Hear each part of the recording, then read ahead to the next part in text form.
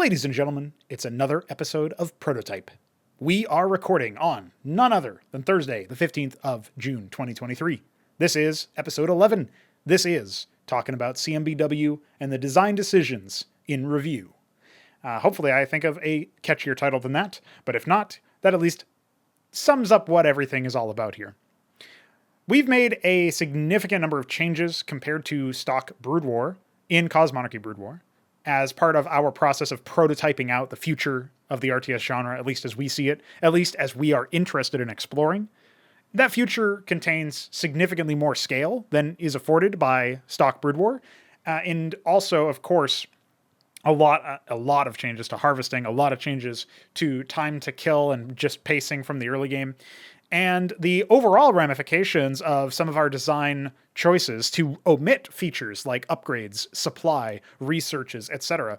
This all results in generally a very different experience, but also one that, it's always good to take a temperature check every now and then and consider what we might be missing, or maybe how these things have resulted. What are the objective things that you can measure, and what do we feel about those? So that is a lot of what we're going to be talking about here, and this is going to be very instructional for our future efforts, right? As a sort of upstart game development studio, if you want to call us that, Veek and myself are mostly working heavily on trying to do our best to, further the RTS genre, explore stuff in a genuine manner, in earnest, right? It's our intention to make something great. It's our intention to do literally what no title has ever done before. And it's a bit of an ambitious goal for our first game to be an RTS. That means that we have to build our engine out to support RTS games. They are kind of the most complicated game you could think of in terms of a programmatical standpoint, in terms of the business end of actually developing them, and maybe with the possible exception of some really heavily, massively multiplayer online server-oriented game. And we don't have servers, so that's not going to be related to us. So as far as what we could feasibly work on, the RTS might actually be the most complicated one, right? It stands to reason we probably should have maybe, tried a smaller game than an RTS for our first title. But be that as it may, our current directive is 100% to just go full steam ahead with our code name Pangea, which is not the final name. We actually know the final name, we just aren't revealing it yet, for our first RTS game. So that is sort of the mise en scene, right? This is the environment, the atmosphere that we have surrounding what we're working on right now. We're building out single-player content for Cosmonarchy Brood War as we continue to revise the way that you progress through the tech tree and the way that you approach harvesting and general battles in terms of time to kill. We're balancing out all of these. We're still sort of understanding and comprehending the ramifications of removing supply and removing upgrades and etc. And those are things that were done years ago now. So we're years removed from some of the more significant changes. And, it makes sense to maybe think about what those actually mean. I did do a longer form discussion earlier in the Pr0totype history. So if you're new to this series and you wanted me to talk a little bit more about why we removed supply specifically, there's a whole episode on that. So I'll link that in the description as well, so you can maybe queue that up for future listening. But I'm not going to go over necessarily all of the reasons why we did all of these individual things. I'm just going to talk about how I feel they've actually changed. And maybe, it's useful to understand what the motivation was, but then we go back to the idea of what Cosmonarchy Brood War is meant to do and what we think the RTS genre should have, and that's scale. But it's scale without sacrificing individuality. It's scale without sacrificing significance. That's probably the elevator pitch tagline that you could say to get somebody perked up and interested. What an RTS that has scale but doesn't sacrifice significance. What does that mean? Because you're instantly putting, other games that maybe have scale in a box and saying they kind of sacrifice significance, don't they? You think about Total Annihilation, you think about Planetary Annihilation and Supreme Commander. There are a couple of games, I think maybe Ashes of the Singularity might be one of them, or maybe it's something else. I can never remember most. Maybe I'm thinking of Sanctuary, actually. I can't remember all of the games that are coming out right now or have come out recently or whatever. But a lot of games have that sort of Total Annihilation flair to them, where eventually you just zoom out and all of your units become triangles on the map. And that's really lame, right? As somebody who really enjoys the visceral experience of watching fights unfold, And I obviously, as a caster, but also as a player, right? Like, I want to see my micro pay dividends in the battle. So we definitely want micro, even though we want large scale. And that just means that we're basically having a very high skill ceiling to whatever we work on, because you have to focus on the macro part, and then you also have to focus on the micro part. And at the highest level of competition, you're almost playing maybe 2 or 3 games worth of interactivity at once, trying to sort of spin plates and micromanage them all before any of them fall over and crack and break your whole sort of game down. So that's the joy and the beauty that you can get out of a large scale RTS experience. And we've gotten tastes of that, slivers of that down the eons. But the total annihilation crowd, that sort of thing doesn't justify it. That doesn't satisfy me as a player, and certainly nor in terms of spectacle either, because at the end of the day, it just ends up feeling like a lot of triangles and other geometry smashing into each other, eventually blinking out of existence. And okay, I guess a battle happened. We don't want that. We don't necessarily promise to be able to achieve that level of scale, because when you're only drawing triangles, well, it's a lot easier actually to have lots of triangles, if you didn't know. But in the context of being able to, at the very least, have more stock units than Brood War did, which it ships with a 1,700 unit limit that is sort of experienced outside of that if you want to play in UMS mode or whatever in the remaster. But even then, I think we could probably easily hit 4,000, 5,000 units. I certainly hope we can for our first game. And that's enough for, in a 1v1 or a 2v2 or even a 4v4. You think about, that is enough for, 500, 600 units per player max, which doesn't really sound like a lot. But if you remember that most of the time you don't even have like 100 units in the average Brood War game, or maybe even in the Cosmonic Brood War game, you'd probably be talking about 200, 300 units max per player. Like, okay, well, maybe we can actually get something rolling with that, right? Maybe that's something that we could do.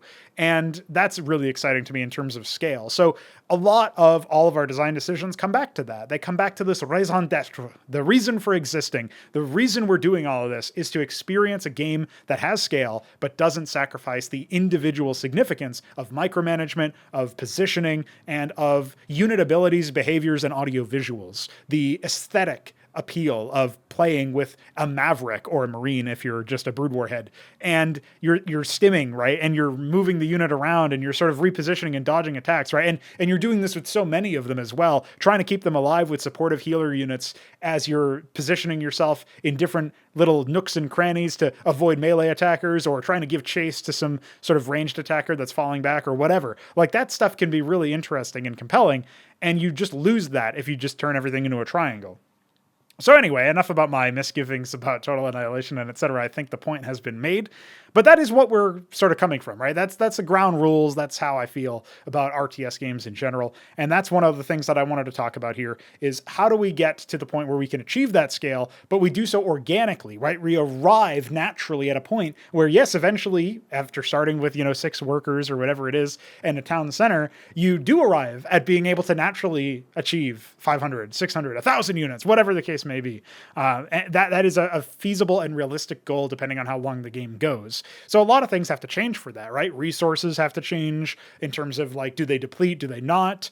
We obviously need to adjust the time to kill so that you can get longer games a little bit more frequently, in the context of being able to maybe not have volatile matches that where 1 or 2 mistakes, even at the pro level, can end your whole experience and you'll lose the game in 3 minutes. That happens in Brood War quite a bit, especially dependent on matchups. Like, if Zerg are in the map, then yeah, that can happen either way. Like, especially so for ZVZ, obviously. Everybody knows that if you've been watching Artosis's casts or whatever.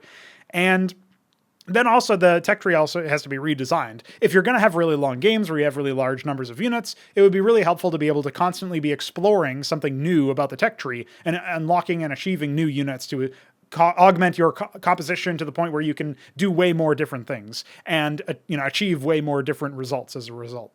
So there's that, and that in sort of like by itself kind of says, well, we have all this scale. It would be really stupid to continuously build supply and then get supply blocked forever because you lost like 5 depots, but you're at 1,000 supply or whatever. So just remove supply. Okay, great. And then upgrades. Well, you don't need upgrades if you have tier 3, and each one of your tiers are like, 20 units or something crazy, right? Like if you have 60, 78 units in the race, in the tech tree for each individual race, then you probably don't need upgrades because you can just build more advanced units. And then those units can have utilities that maybe augment those weaker tier 1 units, or in some cases, the tier 1 units will simply give way to superior versions, and the upgrade will actually be building a new production facility that can train this sort of successor sequel unit that is just, in many respects better, but maybe not completely better. So like there might still be some niche cases where the tier 1 unit can find some success and be very useful in that context. So there's all sorts of nuance you can play with there, but that's sort of like where we come from, right? So that we've set the scene, we've established many of the things that we've done. So let's go through them point by point, and we have to start with harvesting. When you are harvesting resources in stock Brood War, what will eventually happen is the resources will run out. Long ago, in a computer stream, long time ago, a mod stream far away, one of the things that I decided to do pretty quickly was make it so that resources were permanent. Now, in various versions of Cosmonarchy Brood War, the resources still had some sort of natural diminishing returns where they would deplete and eventually offer less resources, less money per yield. And you could leave the resources be and they would eventually regenerate. One of the things that I definitely feel that contributed towards is this sense that you still do need to expand with some pace.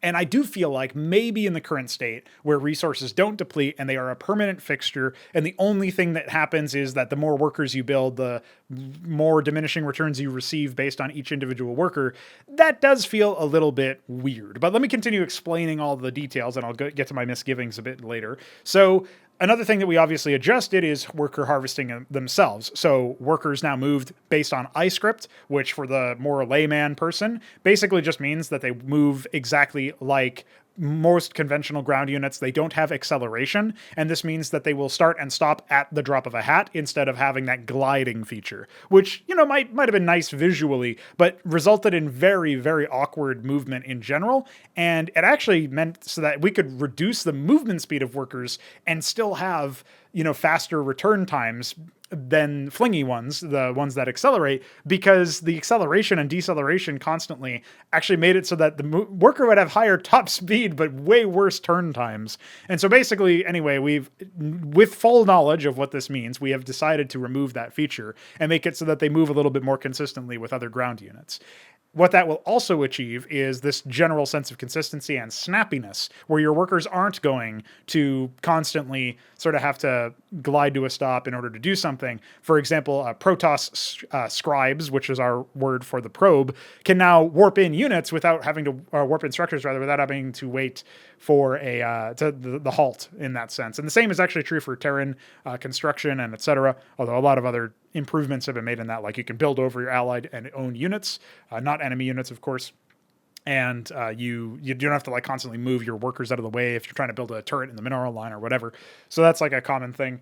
And then, anyway, the general gist of what I'm getting at here is that you will be looking at a situation where you're building workers, you're harvesting resources that never deplete, and there are diminishing returns where the second worker is 50% as effective, by and large, on average, than compared to the first worker. So the first worker gives you a certain minimum threshold of income. Whatever that is, say it's 8 minerals per return or 6 minerals per return, because the mineral fields themselves vary in terms of yield now.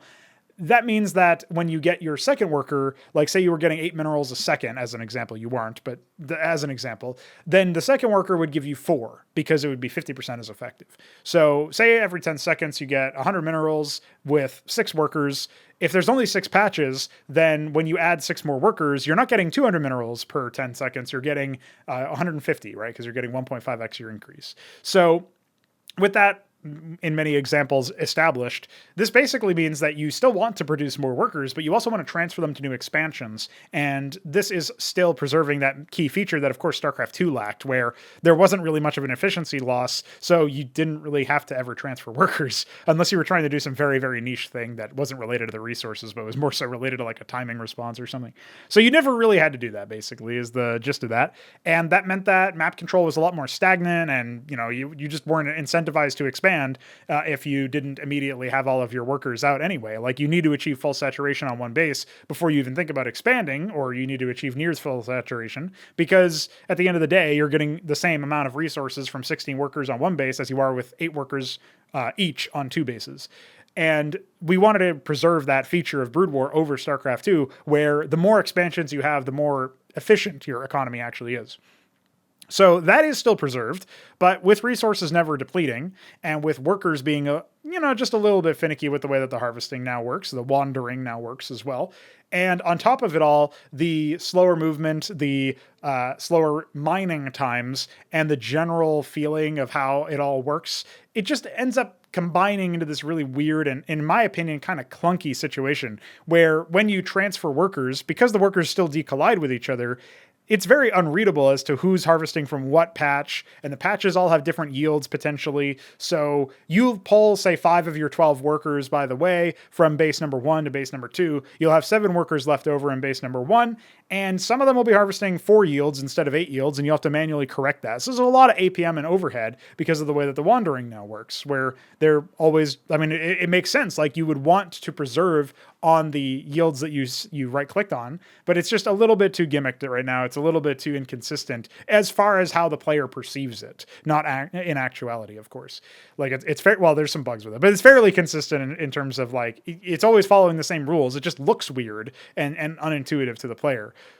So I'm not really sure how to quash the wandering stuff or the general worker efficiency stuff. I was hypothesizing a return back to the stock Brood War normalcy, where you just have the default handling for wandering reinstated, and see how we can sort of salvage that system. Not because I think it's good. It's not good, especially all the stupidity where the wandering trains happen, where they just keep spinning between all the minerals and stuff, but because it's just not a skill I care about testing, whether or not you can somehow read the unreadable stacked workers on all of the mineral fields to see if the mineral fields that are the right mineral fields are being harvested. You know what I mean? I'm not sure what the solution to that is, but that is something that has occurred to me. I do think, though, that maybe there does need to be diminishing returns in general on the resources, on the expansions. Not that they should evaporate completely. I always thought that was a little bit lame. It obviously puts a hard cap on how long the game can go before, at worst, it turns into a draw. I would far prefer, though, that the game has permanent resources. It's just that maybe those resources lose yield over time. I don't know what that would look like. I don't know if they would have a recharge time. I don't know how interactive it would all even be. But it could be something to say that, like, maybe the resource nodes start out at 8 yield and then they sort of break themselves down as you mine them. And of course, if you set the yield to 6 or 4, then that would be the maximum yield it could be. But as you mine them for a prolonged period of time, say, like, I don't know, maybe it has to be 5 minutes for every yield decrease, because it would decrease by 2. So you would go from 8 to 6 after 5 minutes of sustained harvesting, and then it would have to be free of harvesting for 5 minutes to get back up to 8. That's just a spitball idea, but maybe that could help resolve this issue where games can turn in a little bit stagnant because you don't have any diminishing returns. Maybe it would only ever go down 1 level. Maybe that would be enough. Maybe it would only ever go down from 8 to 6 or 6 to 4, depending on where it started. Maybe it would go all the way down to 2. Or maybe it would cap at half. I don't know what the rules would be. I would prefer something consistent, of course, but these are just some ideas that I think would probably help the game not result in situations where you can just have 2 people on 2 bases each and they never fight each other and they never necessarily feel like, maybe if they're not safe to expand, then they shouldn't necessarily expand. And maybe that's a player skill issue and I'm reading too much into it, but I feel like that does happen where you can just stay on the same game and not really have to worry too much about, responding to enemy threats or whatever. But these are all thoughts and things we can consider. These are just observations I'm having where it does feel like maybe it's a little bit lame that that's the way that everything breaks down. But that's harvesting, that's resources. Obviously, another thing that we did for resources, by the way, is we made it so that you can harvest Vespene gas directly from ridges, which is a new node type, and from geysers without building anything on it. And then we decided recently to make the default refinery type, so that's reservoir for Terran, aquifer for Protoss, and excisant for Zerg. Those require tier 2, although of course Protoss doesn't require tier 2 stuff, so it's just more expensive for them. And then the Zerg and Terran ones do have tier 3 ones, refinery types that increase the gas yield even more. So by default, you get 6 from the geyser, and I believe it's 4 from the ridge, or maybe it's still 3. I don't remember. And then you get 8 from a capped geyser at tier 2 and 10 from a capped geyser at tier 3. These changes have not been properly and fully vetted yet in terms of like, what does that do to the general ambient gas? How do we balance unit costs as a result? But one thing that I am noticing is that in general, it is actually quite a tricky balance to make it so that you have gas that you can either bank for some expensive tech purchase later on, or you can adjust in terms of like trying to unlock additional units in the here and now. Obviously, if we decided to go for a more fragmented tech tree approach where we just you can spend a lot of gas to get a palladium, or you can spend, something else. Like, one thing I was even thinking about somewhat recently, and this is down to something that Veek had mentioned a while ago, where he was interested in potentially, being able to, what he called peak the tech trees. So that would be like peaking, like your sort of peak, like, I mean, I don't know, if you ever use Visual Studio, you can like peak a function or something. Or play CS, you peak a corner. You see what's over there, you just take a quick look. So that's sort of like what he was saying, where you could maybe grab Phalanx, which is our name for the siege tank, at tier 1 somehow. And I was thinking like, okay, well, how would we even do that? But one of a thought that just came to my mind, and I'm very reticent to say that I'm in favor of this.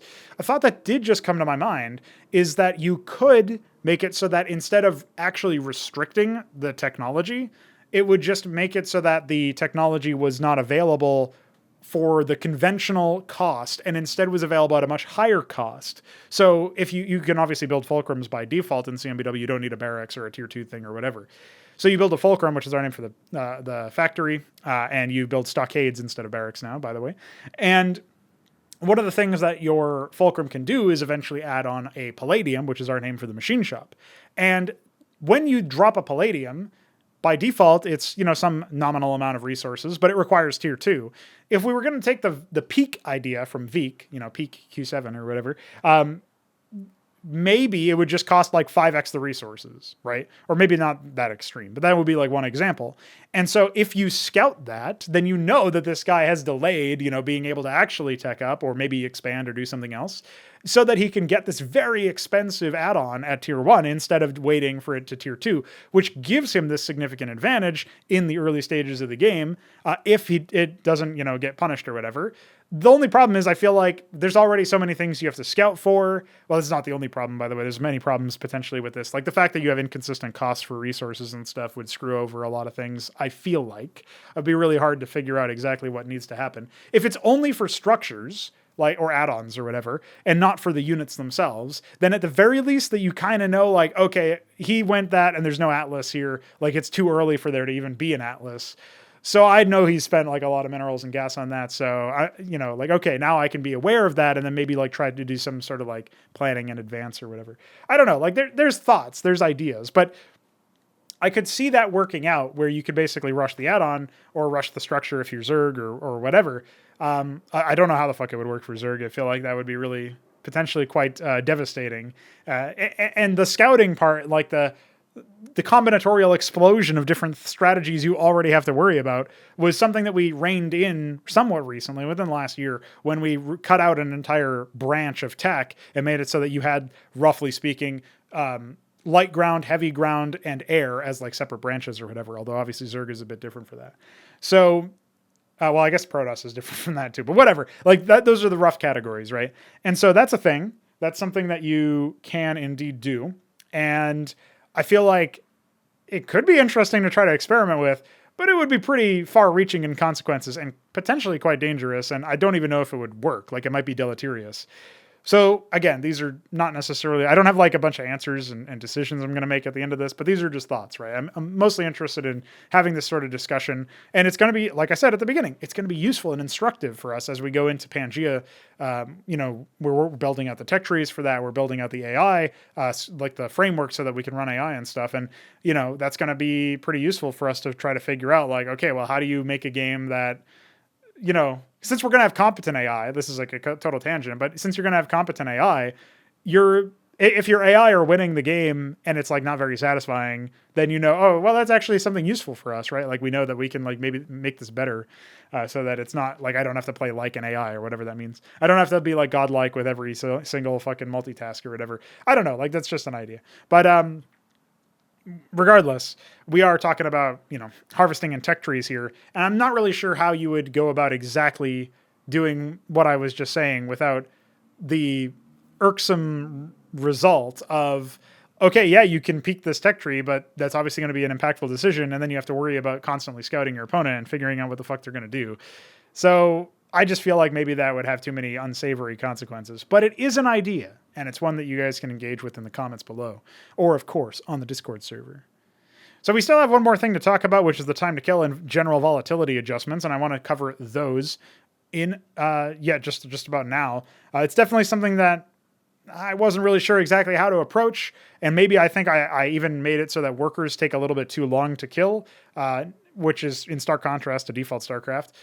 But they also take a little bit longer to train, at the very least compared to previous versions of CMBW, which had them cut at some point in terms of time cost.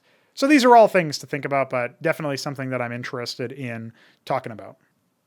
I feel like the time to kill thing in general is pretty good because what it's resulted in is it means that you can actually look and engage with the battles. It avoided most cases of basically going down the path of Warcraft 3 where battles take way too long to resolve and everybody's killing everybody, but very, very fucking slowly. So that's really good. But basically what I'm talking about is that fine line of preserving the significance of individual actions, but not in such an extreme degree where one or two mistakes will cost you the game so early on.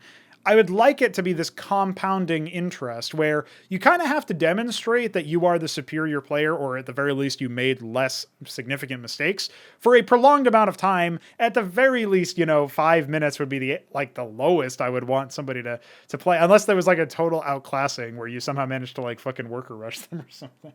Like there's certain limits, obviously there's certain exceptions to that rule, but if you can pull off a rush, I don't want to limit that. I want individual skill and strategy and like the way that you execute all of that and unit positioning and micromanagement and mind games and all of that really cool stuff. I really, really want that to be made manifest. Like I want to stress, I am a bad RTS player. I am not very good at my own project, Cosmonarchy Brood War, nor am I very good at Brood War by default. I would probably be like a D or C player. Maybe I could climb a little bit higher than that if I really fucking grinded, okay?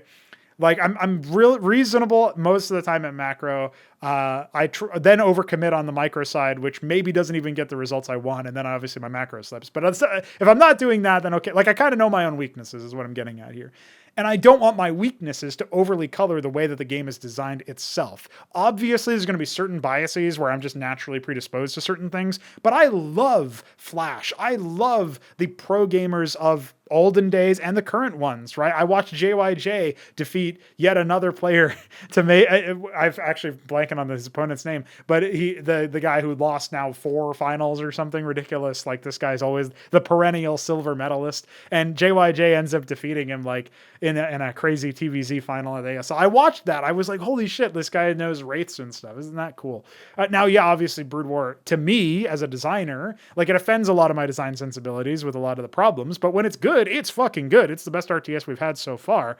I don't need my own inadequacies as a player to, I don't want to like baby myself with that. Even though I'm 28, even though I'm not getting any younger, I want to be challenged to improve and get better at my own thing. That's one of the reasons why I'm making this, is that most of the RTS games, they don't really do that. And, there's going to be some element where as a designer, by the way, like another tangent, you're always going to be thinking to yourself, I could do that differently, or this could be done differently, even if it's not by me. Like maybe I have no interest in making a puzzle game or something, but I play a bad one and I think, wow, this could have been done better. These are all different examples of the designer brain in action. And yeah, okay, it's one thing to say like, oh, you can always tear somebody else's work down, but it's harder to build your own thing up. Well, I'm a lot more critical of my own shit, to be honest with you guys. But beyond that, there's like this general sensation as you're playing a game where if you're going to try to invest in it competitively, you have to change your mindset from developer to competitor, from, designer to player, I guess, and just be like, okay, I have to accept whatever the contract is. And the contract is the tech trees and the game design and the mechanics and all this other stuff. And I just have to accept that even if something is stupid, like Widow Mines get fucking revealed unless you build an armory, which is like the most absolute absurd backwards design I've ever heard. Like, okay, fine, that's a thing. By the way, there was a brief period of time before we removed researches completely that I unlocked abilities like Science Vessel Irradiate, for example. I don't think it was called Seraph then, based on whether or not you had a certain structure. And I very quickly realized that that was stupid. But this is even more dumb because you're just talking about whether or not the unit is fucking like requires a detection check. Like, so dumb. I'll never get tired of talking about how stupid that is. But okay, you've got all of that. Like, even if there's something really dumb there, if I'm choosing to compete in a title, then I kind of have to leave that on the door. And I could talk about how that's stupid, but you know, many Brood War pros did talk about how bad StarCraft 2 is. And I'm not sure if they talk about how bad Brood War is specifically. I think maybe they're just like, again, they're in that competitor's mindset. But, you know, you kind of have to switch into that mode anyway. So that's a fun tangent for you. But yeah, I think generally speaking, the time to kill improvements or adjustments have done exactly what I wanted them to do. They've made it so that the game has slower engagements where positioning and micromanagement and response time matters, where you can still get an upper hand with the early initiative, but it's not nearly as crushing to the point where you didn't look at your unit exactly 0.01 seconds before it got attacked or after it got attacked or whatever. Your spacebar reaction time was too slow, whatever. And then like you don't even have a chance, even though you maybe had more resources in the area or something in terms of worth of units.